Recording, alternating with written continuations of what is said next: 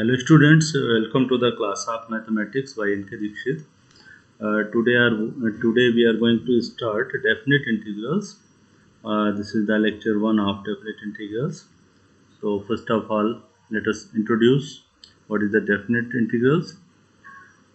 So in indefinite integrals, अभी तक हम लोगों ने जो indefinite integrals पढ़ा था उसमें हमने देखा था कि जब हम इंटीग्रेशन करते हैं किसी फंक्शन का तो हमें उससे जो रिजल्ट मिलता है that is represent a family of curves, क्योंकि वहाँ पे हमें एक कांस्टेंट टर्म मिलता था और कांस्टेंट टर्म की जैसे जैसे हम वैल्यू चेंज करते चले जाते हैं वैसे हमें डिफरेंट कर्व्स मिलते चले जाते हैं, लेकिन वो सारे कर्व्स एक ही फैमिली को बिलोंग करते हैं, केवल उसमें पोजीशन चेंज होती चली जाती है। अब जो डेफिनेट इंटीग्रल्स पढ़ने जा रहे हैं इसमें हम लोग देखेंगे कि जो आंसर मिलता है, जो रिजल्ट मिलता है वो एक यूनिक वैल्यू मिलती है। वहाँ पे कांस्टेंट ऑफ इंटीग्रेशन नहीं होता है, और अगर कांस्टेंट ऑफ इंटीग्रेशन लेते भी हैं तो बाद में वो कैंसिल हो जाता है, तो हमें जो आंसर मिलता है वो एक डेफिनेट वैल्यू मिलती है। That's why it is called definite integrals.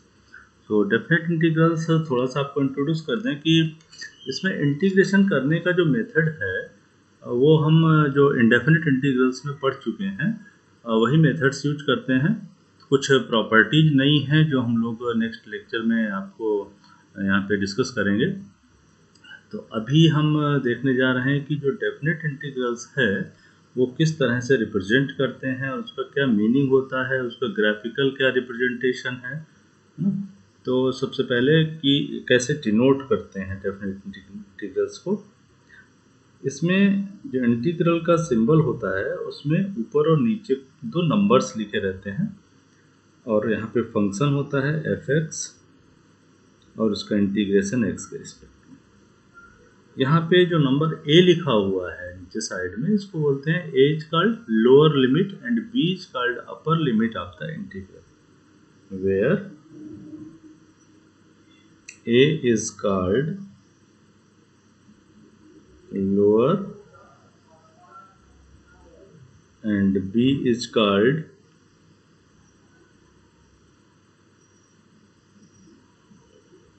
upper limit of integral. अब इसका ज्योमेट्रिकल मीनिंग भी हम लोग देखेंगे। यहाँ पे a और b लिखे हैं, ये क्या इससे पता चल रहा है। तो जो डेफिनेट इंटीग्रल है इसमें लिमिट ऑफ सम या फिर it has an anti derivative of f।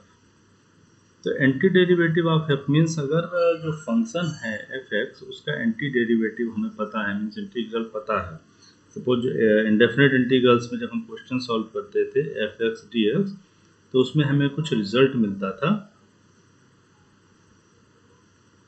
Suppose इसको हमने सॉल्व किया और इसमें आंसर में आ गया है कैपिटल f(x), एक नया फंक्शन मिल गया और एक कांस्टेंट ऑफ इंटीग्रेशन हो गया। तो अब इसमें अगर इसको हम डेफिनेट इंटीग्रल बनाना चाह रहे हैं limit a to b f(x) dx,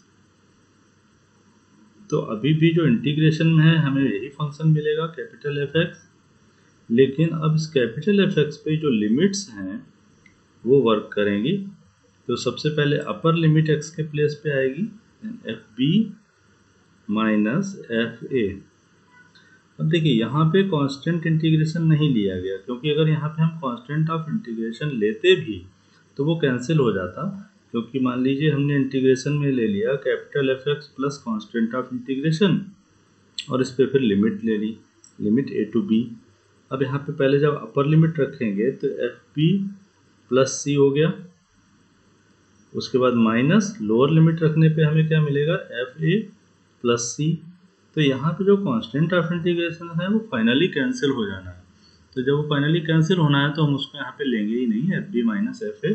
तो ये हमें फाइनल रिजल्ट मिलता है जब हम इंटीग्रेशन करते हैं। तो इंडेफिनिट इंटीग्रल्स में हम लोगों ने बहुत सारी चीज़ें पढ़ी थी, जैसे सपोज दैट लिमिट आपको दे रखी है लिमिट 2 to 4 और फंक्शन दे रखा है x। तो जैसे हम x का इंटीग्रेशन करते थे तो हमें मिलता था x² 2। बस कुछ भी नया नहीं है इसमें, यहाँ पे हमें लिमिट्स को रख देना है। 1/2 कांस्टेंट है, उसको आउटसाइड ले सकते हैं। अपर लिमिट हो गई 4 तो 4², तो लोअर लिमिट हो गई 2, then 2 square, so 1/2, 4 square is 16 and 2 square is 4, 16 minus 4 that is 12 and 12 divided by 2 that is 6। तो यहाँ पे आंसर क्या होगा, 6 होगा। तो इस तरह से हम डेफिनेट इंटीग्रल्स फाइंड करते हैं, इसको हम बाद में देखेंगे। इस टाइप के क्वेश्चंस नेक्स्ट एक्सरसाइज में दे रखे हैं, लेकिन अभी हम इसको थोड़ा सा जानना चाहेंगे कि डेफिनेट इंटीग्रल्स है क्या, इससे हमें क्या पता चलता है। जैसे कि आपने इंटीग्रल में पढ़ा था कि इसमें हमें क्या होता है, area under curve, area under curve find होता है। तो कैसे होता है उसको हम लोग समझते हैं।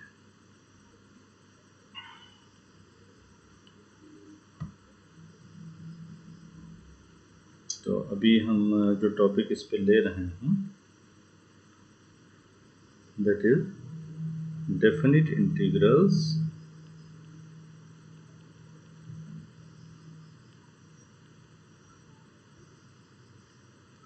as the limit of a sum। इसको स्टडी करेंगे, इससे ग्राफिकली हमको क्लियर हो जाएगा कि डेफिनेट इंटीग्रल्स में हम लोग क्या पढ़ते हैं और उससे क्या बेनिफिट होता है। तो let there is a function f and that is continuous function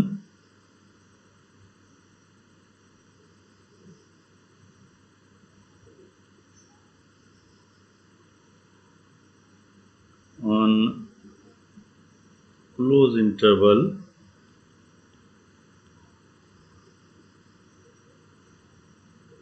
a to b।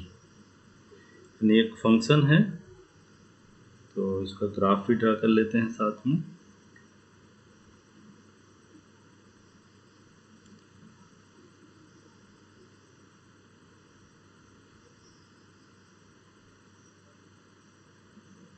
This is x axis, this is y axis.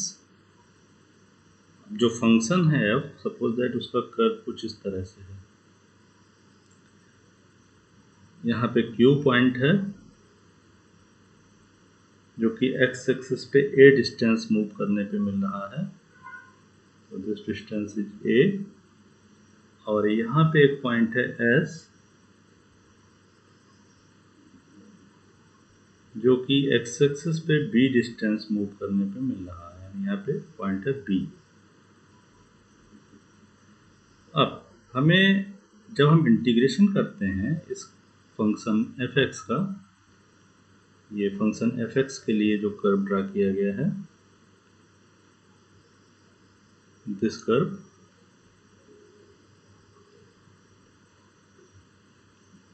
तो इस कर्व और ये जो दो वर्टिकल लाइंस बनी हुई हैं, एक है QP और दूसरी वर्टिकल लाइन है SR, और x एक्सिस, इनके बीच जो एरिया कवर किया गया है उसको मैं हाईलाइट कर रहा हूँ यहाँ पे। ये इससे जो एरिया कवर हो रहा है x एक्सिस, ये जो वर्टिकल लाइंस दे रखी हैं a to b लिमिट लेकर के, ये एरिया हमें इंटीग्रेशन के थ्रू मिल जाता है। तो ये इसका ज्योमेट्रिकल मीनिंग हो गया कि हमें इसका क्या बेनिफिट है। किसी कर्व के अंदर जो एरिया आ रहा है वो एरिया फाइंड करने के लिए हम डेफिनेट इंटीग्रल्स का यूज करते हैं। अब लिमिट ऑफ सम इसमें क्या चीज़ है वो जानने का प्रयास करेंगे। अब देखिए, इस एरिया को निकालने के लिए अगर हम इस टोटल एरिया को कुछ स्ट्रिप्स में डिवाइड कर लें,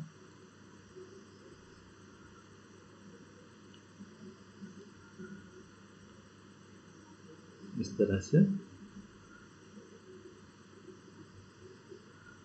तरह से बहुत सारे स्ट्रिप्स में डिवाइड हो जाएगा। एक जनरल स्ट्रिप ले लेते हैं यहाँ पे,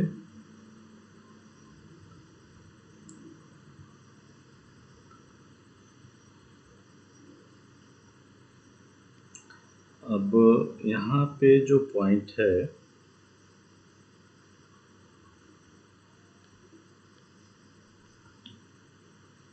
ये पॉइंट P था, इसके बाद हम यहाँ पे इसकी वैल्यू ले लेते हैं x एक्सिस पे x1, इस पॉइंट को ले लेते हैं x2, इस पॉइंट को जनरल वैल्यू ले लेते हैं xr, और उससे पहले हो जाएगा xr-1, और लास्ट फाइनली है तो इसको हम ले लेते हैं, सपोज अगर हमने n स्ट्रिप्स में डिवाइड किया तो 1 2 3 इस तरह से चलेगा, तो लास्ट वाला हो जाएगा xn।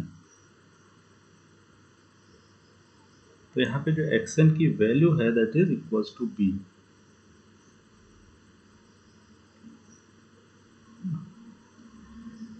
और हम जहाँ पे a लिया गया है इसको हम लोग क्या लिख सकते हैं, x0 भी लिख सकते हैं। तो इस तरह टोटल ये n स्ट्रिप्स में डिवाइड हो गया।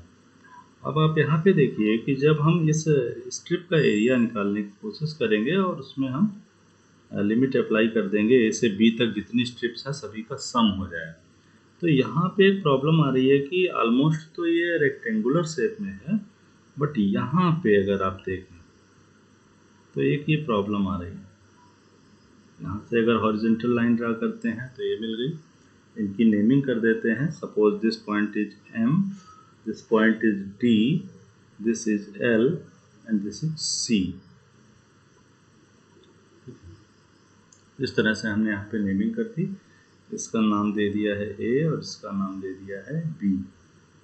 और जितनी स्ट्रिप्स हैं सबकी जो थिकनेस है वो हमने H मान लिया है। इसको H क्या है, थिकनेस है, यहाँ से यहाँ तक ये H हो गई। जो इसके बीच का कोई भी स्ट्रिप है वो H थिकनेस की है, तो यहाँ ये वाली स्ट्रिप है ये भी H थिकनेस की होगी। ओके, तो आगे बढ़ते हैं। Now assume that all the values taken by the function are non-negative, so graph of function is a curve above the x-axis। हम ये मान के चलते हैं कि जो यहाँ पे वैल्यू होंगी, all the values taken by the function, function की जो भी वैल्यू दी जाएंगी वो सब नॉन नेगेटिव होंगी। तो इट मीन्स जो कर्व मिलेगा वो हमें एबव द एक्स एक्सिस मिलेगा। ठीक है, फिर बाद में अगर कहीं डाउन साइड होगा तो उसको हम बाद में डिस्कस करेंगे। अभी हम इसको कॉन्सेप्ट क्लियर करने के लिए ही ले रहे हैं कि जो कर्व की जो भी वैल्यूज हैं वो एबव द एक्स एक्सिस है। Now the integration of limit a to b fx dx, तो मेन ये चीज थी कि ये क्या चीज रिप्रेजेंट कर रहा है। It represents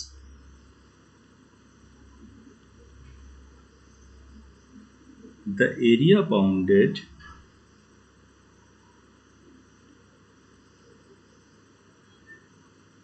by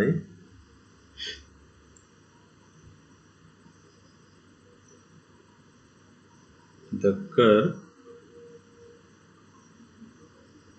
y equals to fx। अब ये जो y equal to fx है कौन से एरिया को बाउंड कर रहा है, the coordinates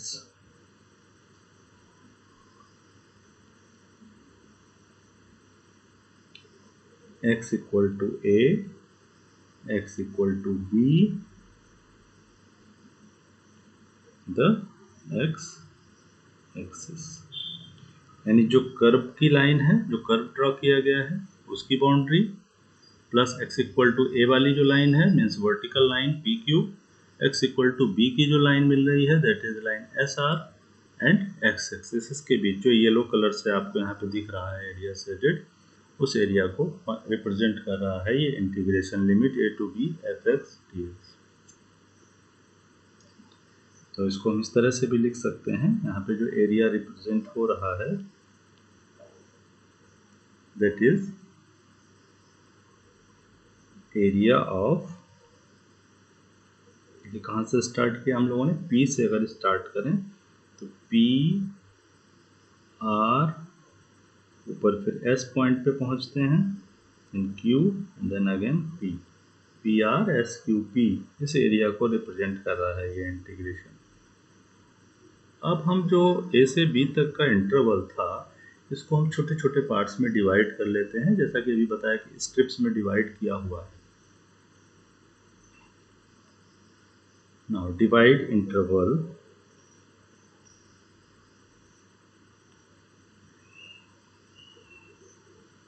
A to B into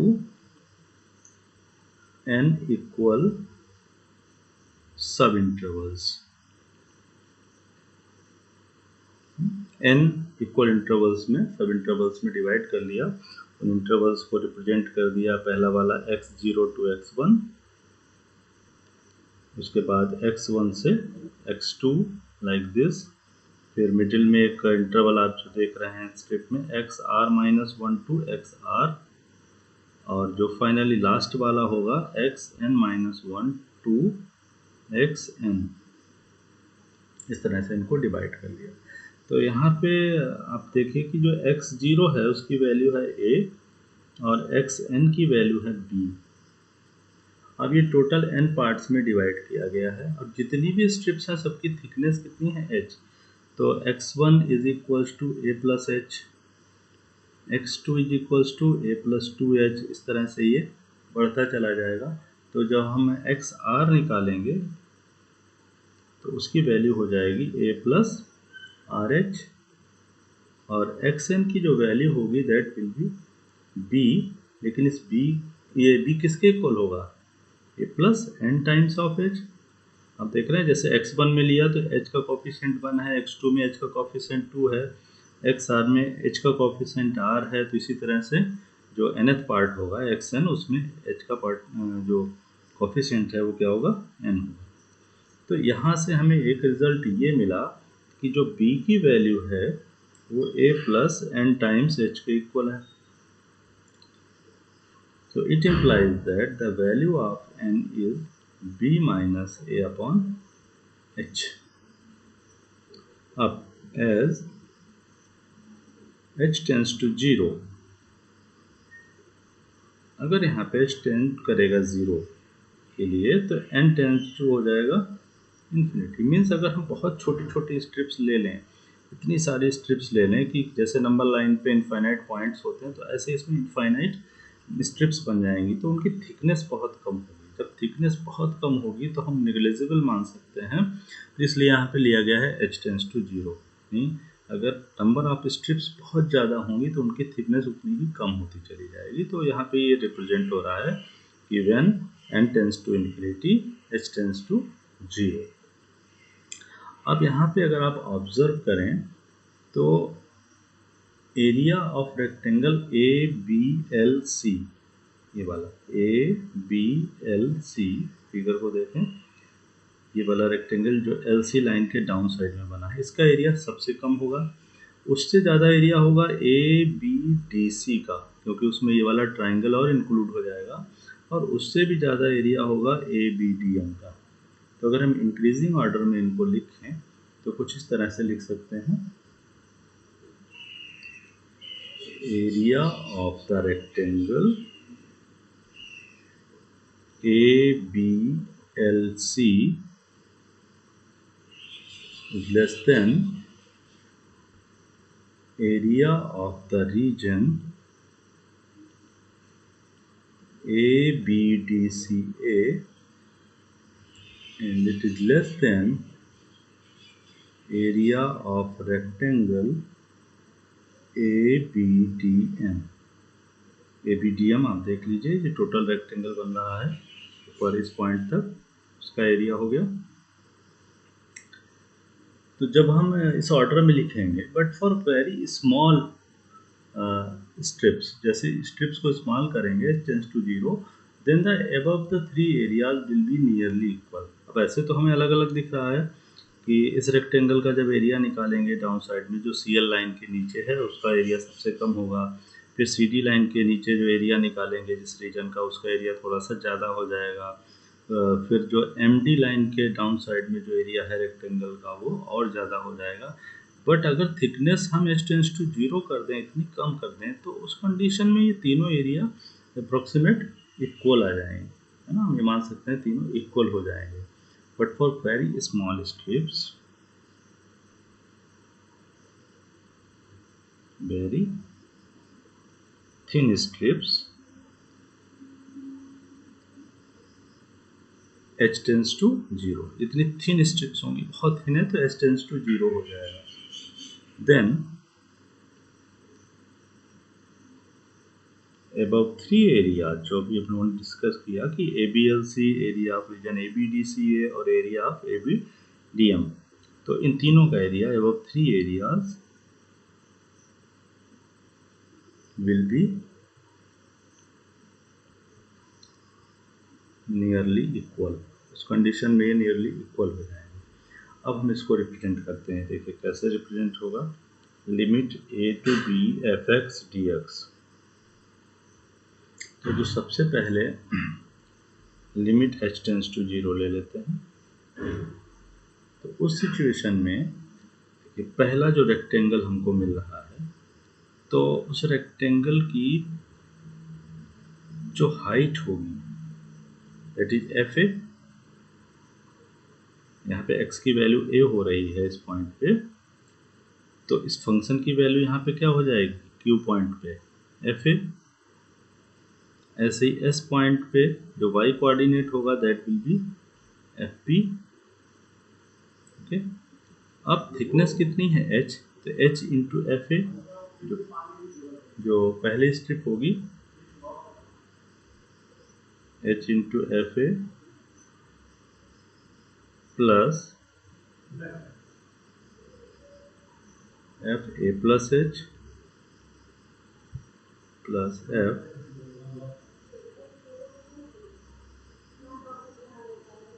plus A minus. तो इस तरह से क्या होगा। अब देखिए जो पहला वाला है h इंटू एफ ए, जो पहली वाली स्ट्रिप है इसका एरिया हो गया, h हाइट हो गई और एफ। ऐसे दूसरा वाला हो गया, सॉरी एफ ए हाइट हो गई और h थिकनेस हो गई, मीन्स उसकी ब्रेथ हो गई रेक्टेंगल। अब दूसरा अगर रेक्टेंगल लेते हैं तो इसकी हाइट हो जाएगी एफ ए प्लस एच, क्योंकि h थिकनेस और बढ़ गई और a यहाँ तक की डिस्टेंस थी, तो a प्लस एच हो गई, a प्लस एच, और हाइट इसकी हो जाएगी एफ ए प्लस एच। तो इस तरह से h into F A plus H. तो लास्ट वाली जो स्ट्रिप होगी, तो लास्ट वाली जो स्ट्रिप यहाँ पे हमको मिलने वाली है, ये इसकी भी थिकनेस हम h लेंगे, ये थिकनेस इसकी भी h रहेगी, और हाइट इसकी कितनी ले लेंगे, क्योंकि हम हाइट कौन सा ले रहे हैं, जो भी रेक्टेंगल ले रहे हैं उसकी स्टार्टिंग वाले साइड को हाइट ले रहे हैं। तो यहाँ पे ये वाली जो हाइट है that will be F A plus N minus one into H, क्योंकि फाइनल वाला जो है, जो लास्ट वाली लाइन है ये दे रखी है आर एस, ये हो जाएगा हाइट इसकी हो जाएगी N times of H, F A plus N times of H. लेकिन हमें इससे पहले वाली ये वाली हाइट लेनी है, जिसको डार्क करके शो कर रहे हैं, तो ये उससे एक नंबर कम है, तो एन माइनस वन पार्ट हुआ टोटल। तो उसके अकॉर्डिंग हम लोगों ने ये लिमिट एज ए सम की फॉर्म में इसको लिख दिया कि इंटीग्रेशन को हम इस तरह से कर सकते हैं। अब जो h की वैल्यू होगी, तो देखिए h की वैल्यू अगर हम यहाँ से फाइंड करना चाहें इस वाले स्टेप से, तो h इज इक्वल्स टू हो जाएगा b minus A upon N. ये h की वैल्यू आएगी, तो h की वैल्यू हम यहाँ पे ये लिख सकते हैं, और क्योंकि तब यहाँ पे h नहीं रह जाएगा, n के टर्म्स में आ जाएगा, तो उस कंडीशन में हम इसमें अप्लाई कर देंगे n tends to infinity. So it also can be written as b minus a, तो कांस्टेंट हो गया, limit n tends to infinity 1 upon n f A plus h and finally f A plus N minus one h. तो ये formula निकल के आया। तो यहाँ पे हम फिर से एक बार रिप्रेजेंट कर देते हैं कि यहाँ पे h क्या रिप्रेजेंट कर रहा है, where h is equals to b minus A upon N and it tends to 0 as n tends to infinity. तो ये फार्मूला यूज करते हैं जब हमें integration as a limit of sum show करना होता है, तो इसकी हेल्प से भी इंटीग्रेशन फाइंड होता है। और दूसरा फार्मूला वही हो गया जो हम लोग इंडेफिनिट इंटीग्रल्स में इंटीग्रेशन फाइंड करते थे, उससे फाइंड करके फिर अपर लिमिट और लोअर लिमिट को उसमें रख देते हैं, सॉल्व कर लेते हैं, उससे भी इंटीग्रेशन फाइंड हो जाता है। देखिए यहाँ पे एक चीज़ ध्यान देंगे कि अगर हम वेरिएबल को चेंज कर देते हैं, तो क्योंकि इसमें जो हमें रिजल्ट मिलता है वो डेफिनेट मिलता है, तो वही वेरिएबल पे डिपेंड नहीं कर रहा है। तो यहाँ पे वेरिएबल को डिपेंड करने से रिजल्ट पे कोई चेंज नहीं आएगा। तो एक सबसे इम्पॉर्टेंट यहाँ पे प्रॉपर्टी है कि अगर किसी इंटीग्रेशन में लिमिट a टू b और वो जो फंक्शन दे रखा है एफ एक्स डी एक्स, अब इसमें अगर हम यहाँ पे लिख दें limit a to b f times of t dt, तो कोई इफेक्ट नहीं पड़ने वाला है, क्योंकि केवल वेरिएबल चेंज हो गया, फंक्शन का जो ग्राफ होगा वो उसी तरह से ड्रा किया जाएगा, और लिमिट्स जब वो रखेंगे तो हमें जो आंसर मिलेगा वो सेम मिलेगा ना। तो value of the definite integrals of a function over any particular integral depends on the function and the interval. यानी जो डेफिनेट इंटीग्रल की वैल्यू निकल के आती है, उसमें आंसर निकल के आता है, वो दो चीज़ों पे डिपेंड करता है, एक तो फंक्शन पे और दूसरा किस इंटरवल में उसको इंटीग्रेट किया गया है। अब उसमें कौन सा वेरिएबल यूज किया गया है उस पर डिपेंड नहीं करता है, तो it is free from the variable. तो इसमें वेरिएबल की तरफ से कोई प्रॉब्लम नहीं है, एक्स हो टी हो। अगर हम कहें कि limit 1 to 2 sine x D x की value and limit the same limit लेकर के हम sine u d u with respect to u, तो दोनों में आंसर सेम मिलेगा। Hence the variable of integration is called dummy variable. तो इसलिए यहाँ पे जो वेरिएबल यूज किया जाता है डेफिनेट इंटीग्रल्स में, उसको डमी वेरिएबल बोलते हैं। Variable of integration is called dummy variable. अब जो भी हम लोगों ने फार्मूला पढ़ा है limit integration as limit of sum, उसका हम यूज करते हैं, क्वेश्चन सॉल्व करते हैं उसकी हेल्प से। तो इससे जो क्वेश्चन सॉल्व करने का मेथड है ये थोड़ा सा लेंथी मेथड है, और जब तक क्वेश्चन एग्ज़ाम में कहा ना जाए कि इंटीग्रेशन बाय लिमिट ऑफ सम, तब तक इस मेथड का यूज हम लोग नहीं करेंगे, क्योंकि हम लोगों के पास बहुत ही इजी मेथड है सॉल्व करने के। बट इसको सीखना इसलिए ज़रूरी है कि एक तो इससे कॉन्सेप्ट का क्लियरेशन हो जाता है, क्लियर हो जाता है कॉन्सेप्ट कि क्या हम निकालते हैं इसमें लिमिटेड सम, और दूसरी चीज़ ये है कि अगर एग्ज़ाम में क्वेश्चन ही इस तरह से आता है कि find the integrals as limit of sum, तो हमें इसी मेथड से सॉल्व करना पड़ेगा। तो मैं एक्सरसाइज 7.8 से क्वेश्चन ले रहा हूँ। The question is the second question of the exercise, evaluate the following definite integrals as limit of sums। तो इंटीग्रेशन में लिमिट दे रखी है 0 to 5 और फंक्शन दे रखा है x+1, इसको इंटीग्रेट करना है। देखते हैं सॉल्यूशन। तो अभी हम लोगों ने जो डेफिनेशन देखी, पहले हम उसको एक बार फिर से रिवाइज कर लें, कि स्टार्टिंग में जितनी बार हम इसको रिपीट करेंगे उतना अच्छी तरह से याद भी हो जाएगा और उसका सही से यूज कर पाएंगे। हमने अभी देखा था कि limit a to b F X D X it is equal to b minus a limit n tends to infinity 1/n f a plus f a plus h plus the last term f a plus n minus 1h। ये formula है। तो इस फार्मूले में जो h की value थी वो इक्वल थी b minus a upon n। तो सबसे पहले हम ये सब सॉल्व कर लेते हैं। तो देखिए इस क्वेश्चन में a की जो वैल्यू है that is the lower limit of integration 0 and upper limit of integration that is 5। Okay, the function is x+1। तो यहाँ से जब हम h की वैल्यू फाइंड करेंगे, h is equal to b minus a upon n, तो b हो गया 5, a हो गया 0 अपॉन n, तो h की वैल्यू हो गई 5/n। अब इसमें प्लेस कर दीजिए। So the integration 0 to 5 f(x) sorry function जो है उसी को लिख देते हैं यहाँ पे, that is x plus 1 dx। तो अब देखिए यहाँ पे b माइनस ए फार्मूले में यूज किया गया है, तो b माइनस ए के प्लेस पे हमारे पास क्या आ जाएगा 5 minus 0, then limit n tends to infinity 1 upon n f a. तो एफ ए मीन्स हम क्या कर रहे हैं, x के प्लेस पे a ले रहे हैं। जब x के प्लेस पे a लेंगे तो यहाँ पे a की वैल्यू यहाँ पे 0 हो गई, a की वैल्यू 0 है लोअर लिमिट, तो ये हो जाएगा f0। तो सेकेंड टर्म में हो जाएगा 0 प्लस, यहाँ पे देखिए यहाँ पे एफ ए प्लस एच, ए की वैल्यू तो 0 है लोअर लिमिट, और एच की वैल्यू अभी हम लोगों ने फाइंड की थी 5 upon N,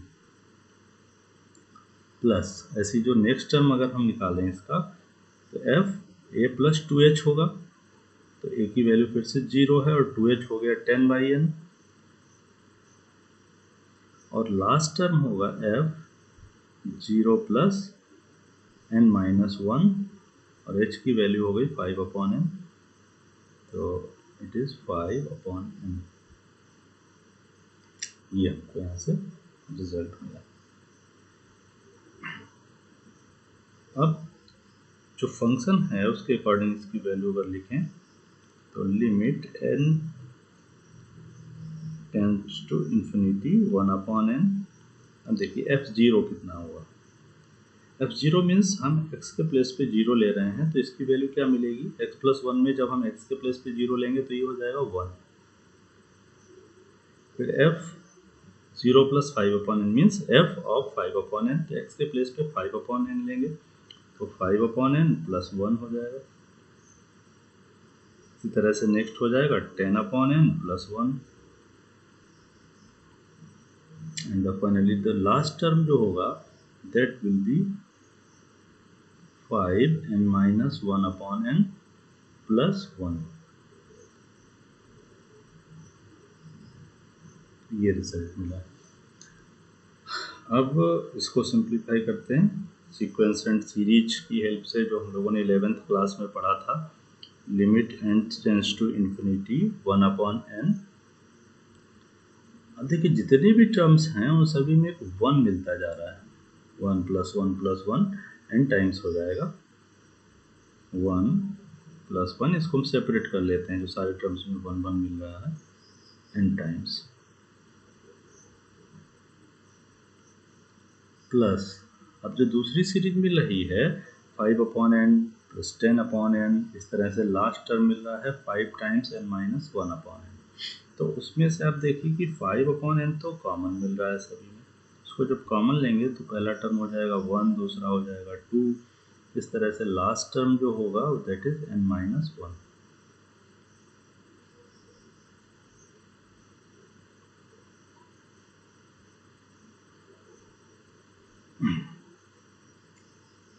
So it is equals to limit n tends to infinity 1 upon n. तो 1 plus 1 n times, so we can write it n, 1 को जितनी बार ऐड करेंगे वही नंबर मिल जाएगा, प्लस 5 अपॉन n। अब यहाँ पे देखिए जो सीरीज लिखी हुई है ब्रैकेट में, 1 से लेके n माइनस 1 तक जितने भी नेचुरल नंबर्स हैं उन सबका सम। तो हम लोगों ने फार्मूला पढ़ा था sum of natural numbers up to n is n plus 1 upon 2, but यहाँ पे हमें n टर्म्स तक नहीं, उससे एक टर्म कम है, n माइनस 1 टर्म तक ऐड करना है, तो हम n के प्लेस में n माइनस 1 यूज करेंगे, तो n minus 1 and n minus 1 plus 1 upon 2, तो हमें क्या मिलेगा n minus 1 into n upon 2। ठीक है, तो n minus 1 into n upon 2, ये इसका सम आ गया। हम इसको रेस्ट कर देते हैं।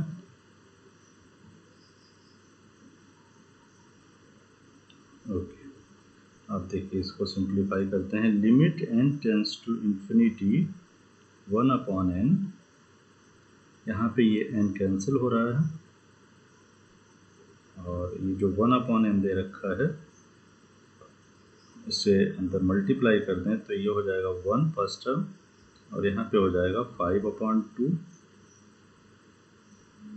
सॉरी यहाँ पे जो आउटसाइड 1 अपॉन n लिखा था, अब इसको अंदर मल्टीप्लाई कर दिया, या फिर ऐसे कह सकते हैं कि वहाँ ऊपर से n कॉमन ले लिया, 1 अपॉन एन पहले से था और न्यूमरेटर से एन कॉमन मिला, तो यहाँ पे बचा 1, 5 upon N and n minus 1 upon 2, ये मिल गया हमें। अब यहाँ पे एन कैंसिल हो गया, तो 5 times limit n tends to infinity. अब देखिए, जब भी limit n tends to infinity होती है तो हमारी कोशिश रहती है कि 1 अपॉन एन की फॉर्म बनाई जाए, है ना। तो यहाँ पे जो ये एन दे रखा है इसको अंदर मल्टीप्लाई कर देते हैं टर्म्स में, तो इस तरह से रिजल्ट मिलेगा। 5 अपॉन 2 तो कांस्टेंट हो जाएगा, तो n upon n minus 1 upon n, जो एन माइनस 1 था न्यूमरेटर उसको हमने सेपरेट कर दिया और डिनोमिनेटर में जो एन था वो दोनों के साथ डिस्ट्रीब्यूट कर दिया, तो ये तो 1 हो गया। 5 times limit n tends to infinity 1 plus 5 upon 2, और यहाँ पे बचा 1 माइनस 1 अपॉन एन। अब जब limit n tends to infinity होती है तो 1 अपॉन एन क्या हो जाता है, 0 के इक्वल हो जाता है। तो 1 अपॉन एन जब 0 हो जाएगा तो हमें जो रिजल्ट मिलेगा that is 1 plus 5 upon 2, 1 minus 0। अब इसको सॉल्व करते हैं, तो 5 with in bracket 1 plus 5 upon 2, अब इसको प्लस करेंगे तो हमें मिल जाएगा 2 plus 5 that is 7 upon 2, it is 35 upon 2। तो ये इसका आंसर आ गया। अब देखिए कितना टाइम टेकिंग वर्क हुआ, बट अगर आपसे मेथड पर्टिकुलर पूछा जाता है कि इंटीग्रेशन लिमिट आप सम की हेल्प से निकालिए, तो आपको इसी मेथड से करना होगा। बट अगर हम इसको डायरेक्टली आंसर ही फाइंड करना चाहते हैं तो उसको हम आंसर चेक भी कर सकते हैं इस मेथड से। जैसा कि सिंपल इंटीग्रेशन हम लोग करते थे 0 to 5 x प्लस 1 dx। अब इसका अगर हम इंटीग्रेशन निकालते हैं तो x का इंटीग्रेशन आपको पता है x² अपॉन 2 और 1 का हो गया x, फिर इसमें लिमिट सब्स्टिट्यूट कर देंगे। तो पहले अपर लिमिट जब लिखेंगे 5² अपॉन 2 प्लस 5, जो आंसर आया उसमें अपर लिमिट रखिए, फिर माइनस लोअर लिमिट में दोनों वैल्यू 0 हो जाएंगी, तो आपको ये मिल गया 25 अपॉन 2 प्लस 5, तो 25 प्लस 10 दैट इज 35 अपॉन 2। देखिए वही आंसर हमें यहाँ से मिल जाता है। तो काफ़ी टाइम टेकिंग मेथड है, लेकिन सीखना इसलिए ज़रूरी है कि उसकी हेल्प से अगर क्वेश्चन आता है तो हमें मार्क्स तभी मिलेंगे जब हम लिमिट ऑफ सम से सॉल्व करें। अदरवाइज खाली इंटीग्रेशन निकालना है या फिर एमसीक्यू क्वेश्चन अगर आता है इस टाइप का, तो हम डायरेक्टली इस तरह से आंसर फाइंड कर लेंगे और आंसर दे देंगे। तो I think the limit of sum ये कॉन्सेप्ट क्लियर हो गया होगा आपका, और इससे किस तरह से इंटीग्रेशन फाइंड करते हैं वो भी मैंने बता दिया। आंसर को चेक करने के लिए आप सिंपल इस मेथड से इंटीग्रेशन फाइंड करेंगे और आंसर को चेक कर लेंगे, क्योंकि लिमिट ऑफ सम वाला मेथड जो है काफ़ी लेंथी है और उसमें कई बार अगर बीच में कोई स्टेप आपको मिस्टेक हो जाती है तो आंसर रॉन्ग हो जाता है, तो हम दूसरी तरह से उसके आंसर को चेक कर लेंगे और सेटिस्फाइड हो जाएंगे कि हमारा जो आंसर है वो ठीक है। अब मैं एक क्वेश्चन और ले रहा हूँ इसका लिमिट ऑफ सम का, जिससे कि और थोड़ा सा कॉन्सेप्ट क्लियर हो सके आपका। ये एक्सरसाइज से मैंने 3rd क्वेश्चन लिया हुआ है।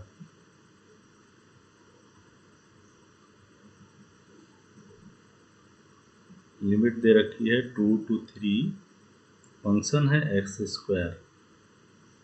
ठीक, तो फिर से हम एक बार डेफिनेशन को फिर से रिवाइज कर लें। क्या थी definition? Limit a to b fx dx equals to b minus a, limit n tends to infinity 1 upon n fa fa plus h fa plus 2h, इस तरह से सम होता चला जाएगा। लास्ट टर्म में होगा f a plus n minus 1h, where the value of h is b minus a upon n। अब इस क्वेश्चन में देखते हैं कि हमारे पास कौन कौन सी वैल्यू है। Here in this question a is 2 and b is 3।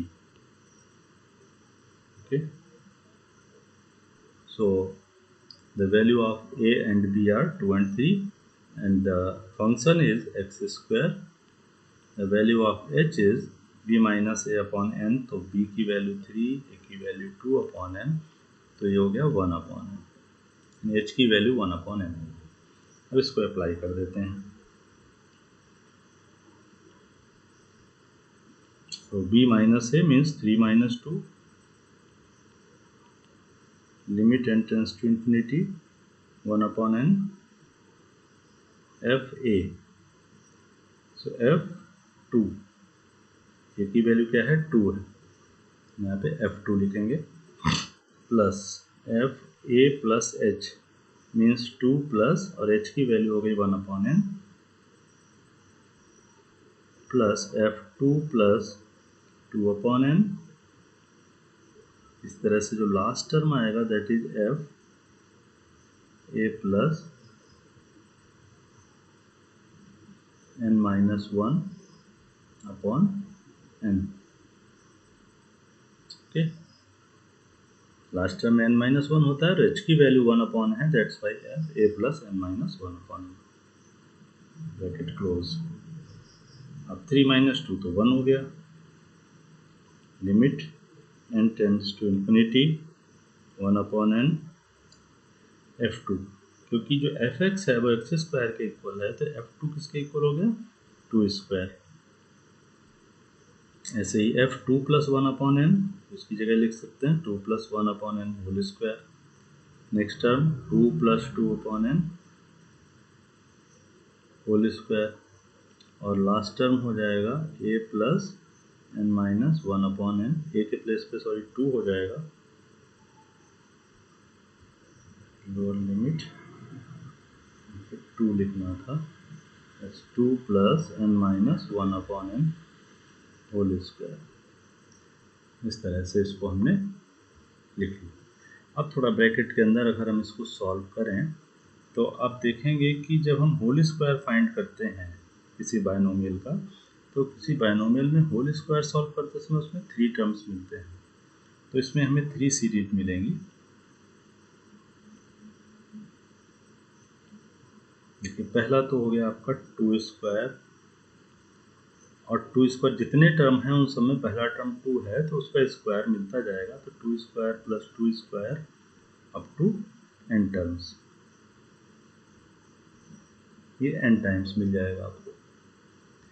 उसके बाद जो मिडिल टर्म मिलता है जब हम a plus b whole square करते हैं, से समझ लीजिए जब भी हम a plus b whole square करते हैं तो पहली क्वांटिटी का स्क्वायर, फिर 2 times of first into second plus second quantity का स्क्वायर, इस तरह से करते हैं। तो पहली क्वांटिटी में तो सभी में 2 स्क्वायर मिलेगा तो n टाइम्स लिख दिया, 2 square plus 2 square n times. अब मिडिल में जो मिलेगा that is 2 times of a b, तो a तो सभी में सेम है 2, और 2 भी सेम मिलेगा 2 इंटू 2, बट b की वैल्यू चेंज होती जाएगी, तो b की वैल्यू आप देखें तो 1 अपॉन n मिलेगी इस वाले टर्म में, फिर दूसरे वाले में 2 अपॉन n मिलेगी, इस तरह से ये चेंज होती जाएंगी, और लास्ट टर्म में आपको मिलेगी n minus 1 upon n। Clear? तो अभी हमारा ये वाला टर्म हो गया, फिर 2ab वाला टर्म हो गया, अभी b स्क्वायर बचा है, मीन्स जो सेकेंड टर्म्स मिल रहे हैं इसमें सीरीज में उन सबके स्क्वायर्स को भी प्लस करना पड़ेगा, तो उसमें हमें सीरीज मिलेगी square of 1 upon n, square of 2 upon n, इस तरह से square of n minus 1 upon n।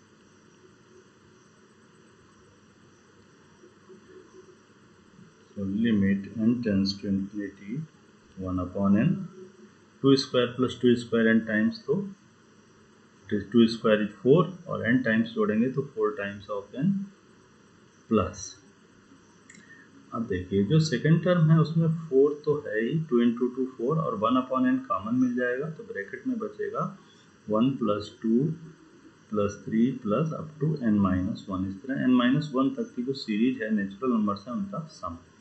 और जो लास्ट में ये लिखा हुआ है उसमें आप देखिए 1 अपॉन n स्क्वायर कॉमन मिल जाएगा आपको, तो इसमें जो सीरीज बचेगी 1 square plus 2 square up to n minus 1 square, तो ये सारी सीरीज हम लोग 11th क्लास में स्टडी कर चुके हैं। तो डायरेक्ट हम लोग फार्मूला यूज करेंगे, limit n tends to infinity 1/n, यहाँ ये हो गया 4n 4/n। अब देखिए अभी पिछले क्वेश्चन में भी किया था, sum of n natural numbers, इसका फार्मूला आपको अच्छी तरह से पता है, n+1 n+1/2, बट यहाँ पे n के प्लेस पे n-1 है, तो n-1 और उसमें 1 प्लस करेंगे तो n मिल जाएगा अपॉन 2। हमारा जो फार्मूला होता है दैट इज n+1/2 होता है अगर n नेचुरल नंबर्स को ऐड करें। हम यहाँ पे n-1 नेचुरल नंबर को ऐड कर रहे हैं, तो n के प्लेस पे n-1 लेंगे तो हमें ये रिजल्ट मिलेगा। इसी तरह से हमने सिग्मा n स्क्वायर का फार्मूला जो पढ़ा था, यहाँ पे उसका यूज करना है ब्रैकेट के अंदर 1 square plus 2 square up to n square. तो फार्मूला था हमारे पास n+1 2n+1/6, लेकिन यहाँ पे भी वही है कि n के प्लेस पे क्या है हमारे पास n-1। तो अगर हम उसको यूज करेंगे n के प्लेस पे n-1 को, तो हमें मिलेगा n-1 n के प्लेस पे आ गया, फिर n+1 मीन्स जो n-1 है उसमें 1 ऐड करना है, तो इससे नेक्स्ट नंबर n हो जाएगा। फिर जो पहला नंबर है उसका 2 टाइम्स में 1 ऐड करना है, तो पहला नंबर हमारे पास n-1 है, तो उसका 2 टाइम्स हो गया 2n-2 और उसमें 1 ऐड करेंगे तो 2n-1 हो जाएगा अपॉन 6। तो ये रिजल्ट यहाँ पे हमें लिखना होगा।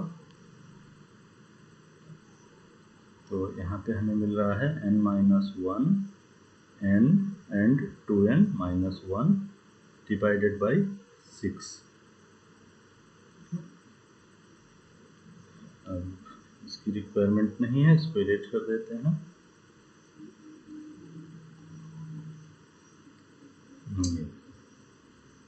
अब थोड़ा सा सिंप्लीफिकेशन बाकी है, n tends to infinity 1/n।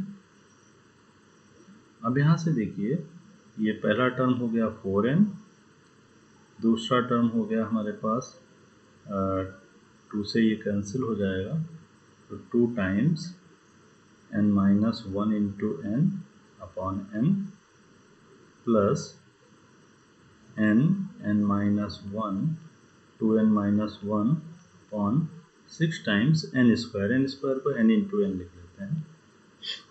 अभी देखिए n को कैंसिल नहीं किया न्यूमरेटर डिनोमिनेटर से, क्योंकि हम ये चाह रहे हैं कि न्यूमरेटर में जो n है उसको हम कॉमन लेकर के ब्रैकेट से बाहर लिख लें। तो उसको जब ब्रैकेट से बाहर लिखेंगे n, तो यहाँ बचेगा 4 plus 2 times n-1 upon n plus n-1 2n-1 upon 6 n into n, इस तरह से इसको लिख लिया।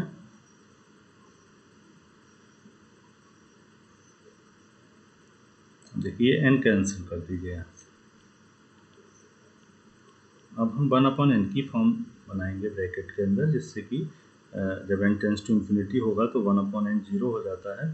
तो देखिए जब n से डिवाइड किया जाएगा तो n/n माइनस 1/n प्लस यहाँ भी 1/6 को अलग कर लेते हैं, एक n तो n-1 में डिवाइड कर देते हैं, तो n/n माइनस 1/n, और जो दूसरा ब्रैकेट है उसमें 2n/n माइनस 1/n, दोनों में सेपरेटली डिवाइड कर दिया। तो limit n tends to infinity 4 plus 2 1 minus 1/n 1/6 1 minus 1/n and 2 minus 1/n। अब जब n टेंस टू इन्फिनिटी होगा तो वैल्यू क्या मिलेगी हमें, 2 1 माइनस 1/n क्या हो जाएगा 0, 1/6 1 minus 0 and 2 minus 0। So 4 plus 2 plus 1/6 into 1 into 2, it is 4 plus 2 plus 1/3, तो से कट होकर के 1/3 आ जाएगा। अब इनको हम प्लस कर लेंगे, 6 plus 1/3 दैट इज 19/3, ये आंसर है। तो इसको भी आप सिंपल जो इंटीग्रेशन है उस मेथड से इस आंसर को चेक कर सकते हैं whether this answer is correct और not. Okay, So I think it is sufficient to understand what is the integration as limit of sum. अब हम इस पे fundamental theorem of integral of calculus, integral calculus और second fundamental theorem of integral calculus लेकर के next lecture में आपको बताएंगे किस तरह से फंक्शंस को डेफिनेट इंटीग्रल्स में सॉल्व करते हैं, इस तरह से डेफिनेट इंटीग्रल फाइंड करते हैं. Okay, thank you.